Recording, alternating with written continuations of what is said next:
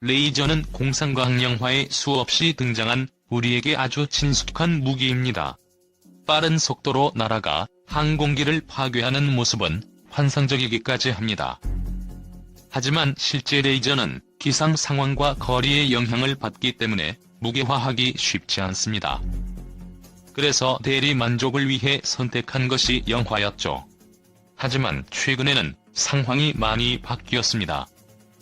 실제로 항공기를 타격할 수 있는 고성능 레이저가 속속 등장하고 있습니다. 17일 김종국 한국국방연구원 확득사업분석단 연구단장이 작성한 고에너지 레이저 무기 현황과 과제 보고서에 따르면 무장 무인기, 소형 로켓, 포탄 등을 요격하려면 100kW급 이상의 고출력 레이저가 필요합니다. 또 공격 헬기, 순항 미사일을 요격하려면 출력을 300kW급으로 높여야 합니다. 레이저를 계측 장비 정도로 사용했던 과거에는 이것은 단지 꿈일 뿐이었습니다. 그런데 2017년 미 육군은 세계가 깜짝 놀랄만한 성과물을 공개했습니다. 바로 미 육군 우주미사일 방어 사령부가 개발 중인 이동식 고에너지 전술 레이저입니다. 기동성이 뛰어난 18톤 무게 스트라이커 장갑차에 보잉사가 무인기 요격용으로 개발한 5kW 레이저포를 장착했는데 차체 왼쪽에 특이한 마크가 있었습니다. 5kW 레이저로 무인기 64대 격추 50kW급 개발. 4개 로터를 갖춘 쿼드콥터 52기, 단발 고정익 무인기 12기를 격추했다는 표시였습니다. 미 육군은 실제 소형 무인기 격추 영상도 공개했습니다. 무인기 쥐약 부위인 뒤쪽 날개를 불태워 요격하는 방식이었는데 실제 실험에서도 큰 어려움 없이 무인기의 화재를 일으켰습니다. 연구팀은 레이저 출력을 10kW, 18kW 등으로 단계적으로 높인 뒤 2021년까지 50kW급 레이저를 확보한다는 야심찬 목표도 세웠습니다. 이 정도 출력이라면 저기 대전차 미사일도 막을 수 있습니다. 미 육군과 보잉사가 함께 개발하고 있는 또 다른 무기는 광섬유 레이저를 이용한 트럭 이동형 고에너지 레이저입니다. MTHEL보다 앞선 2005년부터 개발하기 시작해 2011년 미 육군에 인도됐다고 합니다. 레이저 냉각 탱크, 레이저 발생 장치 등 각종 장비를 갖춰야 하다 보니 무게가 50톤에 육박해 오시코 시사의 8륜 중기동 트럭을 차체로 삼았습니다. 화기는 10kW의 미국 IPG사 레이저를 장착했습니다. 2013년 11월에는 뉴멕시코주 화이트샌드 사격장에서 시험 발사를 했습니다. 박격 포탄 90여 발과 여러 대의 무인기를 격추했는데 격추거리는 1.8에서 2.7km에 이르렀다고 합니다. 하지만 미 육군이 만족할 만한 수준은 아니었습니다. 보잉사는 현재 개발 중인 50kW급 레이저를 이 시스템에 적용한다는 목표입니다. 트럭 이동형 고에너지 레이저 MTHEL보다 앞선 2005년부터 개발하기 시작해 2011년 미 육군에 인도됐다. 오시코 시사의 8륜 중기동 트럭을 차체로 하고 화기는 10kW의 미국 IPG사 레이저를 장착했다. 유튜브 영상 캡처. 트럭 이동형 고에너지 레이저 MTHEL보다 앞선 2005년부터 개발하기 시작해 2011년 미 육군에 인도됐다. 오시코 시사의 8륜 중기동 트럭을 차체로 하고 화기는 10kW의 미국 IPG사 레이저를 장착했다. 유튜브 영상 캡처. 다른 미군 수업체인 로키드 마틴도 레이저 개발 경쟁에 가세했습니다. 로키드 마틴은 10kW급 아담, 30kW급 아테나에 이어 2017년 3월 60kW급 광섬유 레이저 개발에 성공했다고 합니다. 아테나는 2015년 1.6km 거리에서 자동차 엔진을 파괴하는 성능을 입증했습니다. 2017년에는 무인기 격추에 성공했습니다. 이번에 새로 개발한 60kW급은 에너지 효율을 높여 축전지와 냉각 장치를 소형화할 수 있는 기회를 만들었습니다. 미 해병대도 무인기 격추용으로 30kW급 차량 탑재형 지상기반 대공방어 시스템을 개발 중입니다. 독일 고종형 레이저, 소형 무인기 3대 연달아 격추. 실전 배치를 눈앞에 둔 50kW급 레이저 무기는 독일 군수업체 라인메탈의 헬입니다. 헬은 고정형이긴 하지만 2013년 소형 무인기 3대를 연달아 격추하는 묘기를 선보여 눈길을 끌었습니다. 이 회사는 현재 240mm 로켓탄과 무인기 편대를 제압할 수 있는 기술을 확보한 것으로 평가받고 있습니다. 현재 가장 시급한 과제는 소형화입니다. 미국 등 군사강국들은 과거 탄도미사일 레이저, 우주배치 레이저 등 규모가 큰 고출력 레이저에 치중했지만 최근에는 무인기, 로켓탄 등 테러 위협에 대응하기 위해 좀 더 규모가 작은 레이저 무기 개발에 집중하고 있습니다. 그렇지만 여전히 레이저 발진기, 냉각장치, 광전송 장치, 망원경 등 부피가 큰 장비가 많아 지속적인 경량화가 필요한 상황입니다. 특히 레이저 발진기 효율을 높이는 과제가 핵심입니다. 김 단장은 레이저 발진기 효율은 공급 전원 대비 레이저로 전환된 비율을 의미하는데 현재까지 로키드 마틴사 레이저의 43%가 최고 수준이라며 최근 연구를 진행하고 있는 고효율 히토류 레이저, 알카리 레이저 등 새로운 고효율 레이저가 개발되면 상당한 진전이 있을 것이라고 내다봤습니다. 또 고온에서도 동작하는 광학 구성품을 개발하면 냉각 부담이 줄어들어 냉각장치 소형화가 가능해진다며 광전송 및 집적장치, 망원경은 구조를 바꿔 최적을 최대한 분산시키는 방법을 생각해 볼 수 있을 것이라고 전했습니다. 우리 정부도 최근 레이저 무기 개발을 선언했습니다.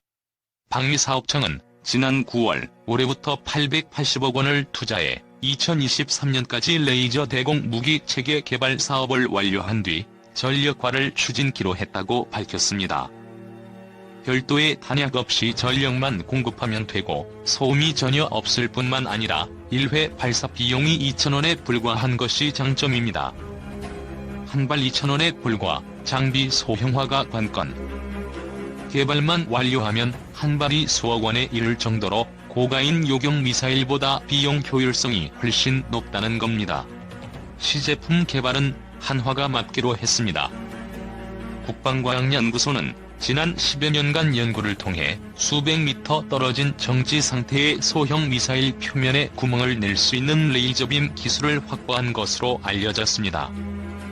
앞으로 1km 이상 떨어진 무인기를 떨어뜨리는 기술을 확보할 계획인데 기술이 고도화되면 전투기도 요격할 수 있을 것으로 보입니다. 그래서 한국형 스타워즈 사업으로 불립니다. 그러나 지나친 낙관은 금물입니다. 너무 큰 기대는 바로 실망으로 돌아오기 때문입니다. 조금 천천히 가더라도 꾸준히 핵심 기술에 대한 투자를 이어가야 합니다. 지난 6월 3일 박근혜 대통령이 충남 태안국방과학연구소 종합시험장을 방문해 사거리 500km 신형 국산 탄도미사일 현무-2 시험 발사를 참관하는 장면이 언론에 보도됐다. 북한의 잠수함 발사 탄도미사일 시험 발사 이후 북한 핵미사일 위협에 대응할 핵심 전략 타격 무기가 현무-2 탄도미사일이기 때문에 당시 언론의 관심은 현무-2 미사일에 쏠려 있었다. 당시 박 대통령에게 ADD가 선보인 신무기는 현무-2 외에도 국산 철매-2 지대공 미사일에 탄도미사일 요격 능력을 추가한 철매-2 개량형과 로켓의 유도장치를 달아 미사일처럼 정확도를 높인 70mm 유도로켓이 있다. 언론의 관심도가 상대적으로 가장 적었던 무기는 70mm 유도로켓이었다. 군사 전문가들은 70mm 유도로켓은 북한의 공기부 양정 등 다양한 위협에 대해 비용 대비 효과 면에서 효율적으로 대응할 수 있는 획기적인 무기라고 말한다. 로켓은 보통 미사일보다 값이 훨씬 싸다. 로켓에 간단한 유도장치를 달아 정확도를 높여준다면 미사일보다 싼 가격으로 미사일과 똑같지는 않지만 미사일과 비슷한 효과를 거둘 수 있게 된다. ADD가 지난 6월 박 대통령 앞에서 공개한 70mm 유도로켓이 그런 무기다. 이 유도로켓은 ADD가 2012년부터 700억 원을 들여 3년여 만에 개발에 성공한 것이다. 8월까지 6발의 추가 시험 사격을 끝내고 내년 중 백령도, 연평도 등 서북 도서를 시작으로 전력화될 예정이다. 사거리가 5에서 8km로 서북 도서 해상으로 고속 침투하는 북한의 공기부 양정을 격침하는 데 유용하다. 북한 공기부 양정은 수십 명의 특수부대원을 태우고 시속 100km 가까운 고속으로 갯벌에 상륙할 수 있어 북한의 비대칭 위협 무기 중 하나로 평가돼 왔다. 특히 지난해 완성된 황해도 고안포 기지는 최대 60여 척의 공기부 양정을 수용할 수 있고 30분 내에 백령도를 공격할 수 있어 새 위협으로 부각돼 왔다. 유사시 북한 공기부 양정 격파 임무는 주한미군에 배치된 아파치 헬기 대대가 맡았었지만 이 헬기 대대가 철수하면서 임무 공백 논란이 있어왔다. 이 유도로켓은 여러 개의 표적을 동시에 탐지할 수 있고 탐지 후 20초 이내에 발사해 여러 개의 표적을 거의 동시에 제압할 수 있기 때문에 여러 척이 한꺼번에 상륙한 공기부 양정 제압의 제격이라고 군 소식통은 전했다. 박 대통령의 미사일 발사 참관 이후 청와대도 보도자료를 통해 북한 특수작전부대의 공기부 양정을 타격하기 위해 개발 중인 70mm 유도로켓 체계는 수십 발의 유도로켓을 탑재해 다수의 표적에 신속하게 대응할 수 있고 발사 후 표적을 자동으로 탐지해 추적하는 정밀 유도무기라며 개발 완료 후 야전에 배치될 경우 서북 도서 등의 기습 침투가 우려되는 북한 공기부 양정 위협에 효과적인 대응이 가능할 것이라고 말했다. 보통 발사장치 1개에는 20개의 발사관이 있는데 보통 1대의 발사 차량에는 발사장치 2개를 탑재한다. 차량 한 대에 40개의 발사관이 장착돼 있는 셈이다. 지상 차량은 물론 AH-1 코브라 공격 헬기, 500MD 헬기에서도 발사할 수 있다. 한 발 가격은 수천만 원이고 길이 1.9m, 무게 15kg인 것으로 알려졌다. 유도조종 장치, 조종 날개, 영상 탐색기, 관성 센서, 발사관 탑재 차량, 여러 개의 표적을 동시에 탐지하는 표적 탐지기, 비냉각 동체 고정형 적외선 탐색기로 구성돼 있다. 해상으로 북한 공기부 양정이 침투하면 발사 차량의 표적 탐지기가 이를 식별, 추적하고 발사되는 유도로켓에 표적 정보를 제공해 목표물을 명중시키는 방식을 사용한다. 50m 길이의 원격 케이블을 이용해 벙커 안에서도 발사 버튼을 누를 수 있어 유사시 운용 요원들의 생존성을 높일 수도 있다. 이 유도로켓은 로고라는 이름으로 한미 공동으로 개발이 추진됐다. 한 발 가격이 7천만 원 이상인 헬파이어 대전차 미사일 대신 값싸게 사용할 수 있는 무기로 개발이 진행돼 2010년 시험 발사까지 했다. 하지만 한미 간 입장 차이로 중단됐고 그 뒤 한국이 독자 개발을 계속해 이번에 개발이 완료됐다. 한 소식통은 내년에 실전 배치될 예정이지만 예상보다 높아진 가격이 앞으로 논란이 될 수도 있다고 전했다. 미국 등 선진국에서도 이 같은 유도로켓 개발에 박차를 가해 실전 배치된 게 있다. 영국의 BAE 시스템스가 미 육군과 계약을 맺고 APKWS를 개발했다. 한국의 유도로켓이 적외선 유도 방식인데 반해 APKWS는 레이저로 유도된다. 2002년 개발에 착수된 뒤 2005년 APKWS로 이름이 바뀌었다. 2010년 개발이 완료돼 지금까지 3천여 발이 생산됐고 200여 발이 실전에서 사용됐다. 미 해군은 RQA 무인 헬기에서 미 해병대는 AH-1W 및 UH-1I 헬기에 장착돼 운용될 수 있다. 미 해병대 UH-1I에서 발사돼 빠르게 이동하는 소형 보트를 파괴해 이동 표적 공격 능력을 과시한 적도 있다. 정확도는 1m 미만이고 여러 단에 수출되기도 했다. 길이 1.47m, 중량 10.4kg으로 유효 사거리는 1에서 5km 정도다. 미국에선 같은 레이저 유도 방식을 사용하는 DAGR, 텔런, GATR 등의 유도로켓이 개발돼 있다.